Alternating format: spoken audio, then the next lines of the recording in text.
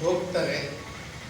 ಆ ಕಾರ್ಯಕ್ರಮ ನೋಡಿ ಮುಗಿದು ಹೊರಡೋದಕ್ಕೆ ಮುಂಚೆ ಕೆಂಪೇಗೌಡರನ್ನ ಕರೆದು ವಿಜಯನಗರದ ಅರಸರು ಅಲ್ಲಿ ಕಾರಾಗೃಹಕ್ಕೆ ಕಳಿಸಿಬಿಟ್ರು. 2 ವರ್ಷ ಏನು ಅಪರಾಧ ಮಾಡ್ದಲೇ ಕಾರಾಗೃಹವನ್ನು ಅನುಭವಿಸ್ತಾರೆ. ಆಮೇಲೆ ಯಾರೋ ಅವರಿಗೆ ಹೇಳ್ತಾರೆ, ಇಲ್ಲ, ಕೆಂಪೇಗೌಡರನ್ನ ಕಾರಾಗೃಹಕ್ಕೆ ಹಾಕಿರೋದು ತಪ್ಪಾಗಿದೆ, ಅವ್ರನ್ನ ತಕ್ಷಣವೇ ಬಿಡುಗಡೆ ಮಾಡಬೇಕಂತೆ. ಆಮೇಲೆ ಕೆಂಪೇಗೌಡರು ಬರ್ತಾರೆ, ಅವರು ಆಡಳಿತ ಮುಂದುವರಿ.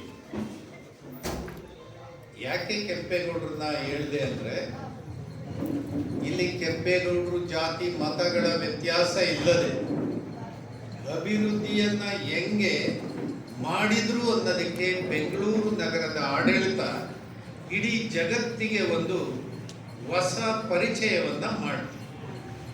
ಈಗ ನಮ್ಮಲ್ಲಿ ಏನಾಗಿದೆ ಅಂದರೆ, ಇವತ್ತು ಜಾತಿಗಳು ಸೂಕ್ಷ್ಮವಾಗಿ ಬೇರೂರ್ತಾ ಇದೆ. ಈ ಕಡೆ ಒಂದು 5-10 ನಿಮಿಷ ಶಾಂತವಾಗಿ ಈ ಕಡೆ ಗಮನ. ಜಾತಿಗಳು ಬೇರೂರ್ತಾ ಇದ್ದಾವೆ, ಧರ್ಮಗಳು ಬಹಳ ವಿಕಿರಣವಾಗಿ, ಧರ್ಮದ ಒಳಗಡೆ ಧರ್ಮಗಳು ಬಹಳ ಬೇರೂರ್ತಾ ಇದೆ. ಉದಾಹರಣೆಗೆ ನಿಮಗೆ ಹೇಳ್ಬೇಕಂದ್ರೆ, ಈಗ ಮೊನ್ನೆ ಇಸ್ರೇಲ್ ಮತ್ತೆ ಇರಾನ್ ನಡುವೆ ಬಹಳ ದೊಡ್ಡ ಸಮರ ನಡೆಯಿತು.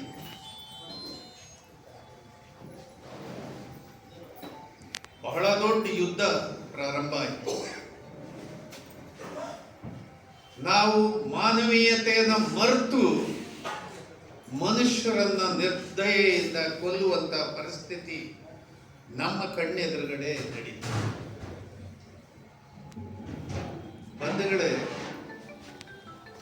ಇದು ಯುದ್ಧಕ್ಕೆ ಕಾರಣ. ಅವನೆಯವರು ಬಾಂಬ್ ತಯಾರು ಮಾಡೋದಕ್ಕೆ ಅಣು ಬಾಂಬನ್ನ ಹೊರಟ, ಅದಕ್ಕೆ ನಾವು ಬೇಡ ಅಂತ ಹೇಳಿ ವಾರ್ನಿಂಗ್ ಮಾಡಿದ್ವಿ.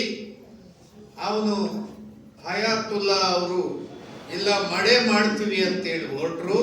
ಅದಕ್ಕೆ ನಾವು ತಡೆಯುವಂತ ಕೆಲಸ ಮಾಡಿದ್ವಿ ಅಂತ ಏನು ಕಾರಣಗಳಿದೆಯೋ, ಈ ಕಾರಣಗಳಿಗಿಂತ ಭಿನ್ನವಾದ ಕಾರಣ ಇದೆ.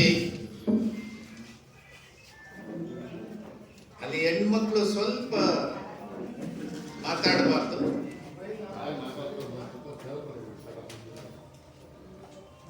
ಈಗ ನಾನು ಹೇಳ್ತಕ್ಕಂಥದ್ದು ನೀವು ಸ್ವಲ್ಪ ಗಮನ ಇಟ್ಟು ಕೇಳ್ಕೊಳ್ಳಿ. ಇಸ್ರೇಲ್ ಅಂತಕ್ಕಂಥ ಒಂದು ದೇಶ ಎಷ್ಟು ವಿಪರ್ಯಾಸದ ನಡುವೆ ಇದೆ ಅಂದ್ರೆ ನಾವು ಅರ್ಥ ಮಾಡ್ಕೋಬೇಕು. ಈಗ ಅಲ್ಲಿ ಇಸ್ರೇಲ್ ಒಳಗಡೆನೆ ಯೇಸು ಕ್ರಿಸ್ತ ಹುಟ್ಟಿದ್ದು. ಯೇಸು ಕ್ರಿಸ್ತದ ಶಿಲುಬೆಗೇರಿಸಿದ್ದು ಇಸ್ರೇಲ್ನಲ್ಲಿ. ಹಾಗಾಗಿ ಯೇಸು ಕ್ರಿಸ್ತನ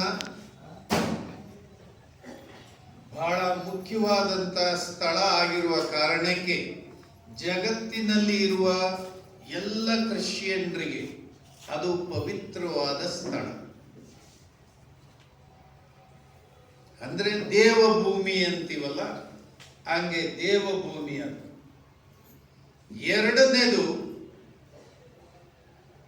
ಮೊಹಮ್ಮದ್ ಪೈಗಂಬರರು ಅವರ ಅಂತಿಮ ಕಾಲಕ್ಕೆ ಅವರು ಮಕ್ಕಾ ಮದೀನದಿಂದ ಕುದುರೆಯನ್ನ ಹತ್ತಿದವರು. ಆ ಕುದುರೆ ಬಹಳ ವೇಗವಾಗಿ ಬಂದು ಟೆಲ್ ಅವೀವ್ ನಗರದಲ್ಲಿ ಬಂದು ನಿಂತ್ಕೊಳ್ಳುತ್ತೆ. ಅವರು ಅಲ್ಲಿ ಇಳಿತಾರೆ. ಆಮೇಲೆ ಅದು ಅವರ ಅಂತಿಮ ಕಾಲ ಸಮೀಪಿಸ, ಮಕ್ಕಾ ಮದೀನವನ್ನ ಬಿಟ್ರೆ ಜಗತ್ತಿನಲ್ಲಿರುವ ಮುಸಲ್ಮಾನರಿಗೆ ಎರಡನೇ ಪವಿತ್ರವಾದ ಸ್ಥಳ ಇಸ್ರೇಲಿನ ಅಲ್ ಟೆಲ್ ನಗರ. ಪವಿತ್ರವಾದ ಸ್ಥಳ. ಮೂರನೇದು, ಯಾರು ಯೇಸು ಕ್ರಿಸ್ತನ್ನ ಸಿಲುಬೆಗೇರಿಸಿದರು, ಯಾವ ಧರ್ಮೀಯರು, ಯಾವ ಜನ ಯೇಸು ಕ್ರಿಸ್ತನ್ನ ಸಿಲುಬೆಗೆ ಹಾಕಿದ್ರು,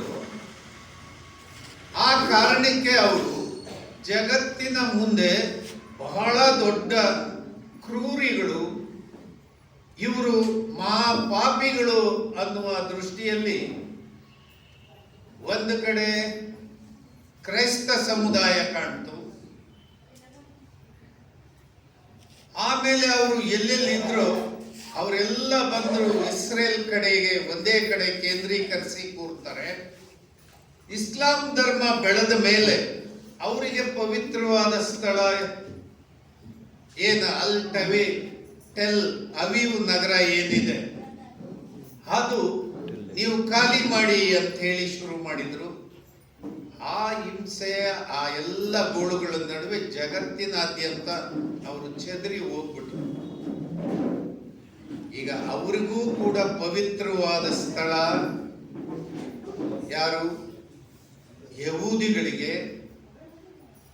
ಯಹೂದಿಗಳ ಅನೇಕ ಆಚರಣೆಗಳು ಇವತ್ತು ಇಸ್ಲಾಮಿಕ್ ಒಳಗಡೆ ಇರ್ತಕ್ಕಂಥ, ಅವರ ಪ್ರಾರ್ಥನೆ ಇರ್ಬೋದು, ಅವರ ಇತ್ಯಾದಿಗಳು, ನಮನ ಮಾಡ್ತಕ್ಕಂಥ ದೇವರ ಆಚರಣೆಗಳಿರ್ಬೋದು, ಅವು ಎಲ್ಲವೂ ಕೂಡ ಇವತ್ತಿಗೂ ಇದೆ. ಈಗ ನಾನು ಯಾಕೆ ಈ ವಿಷಯವನ್ನ ಹೇಳ್ತಾ ಇದ್ದೀನಿ ಅಂದ್ರೆ, 3 ಧರ್ಮಗಳಿಗೆ ಇಸ್ರೇಲ್ ಅಂತಕ್ಕಂಥ ದೇಶ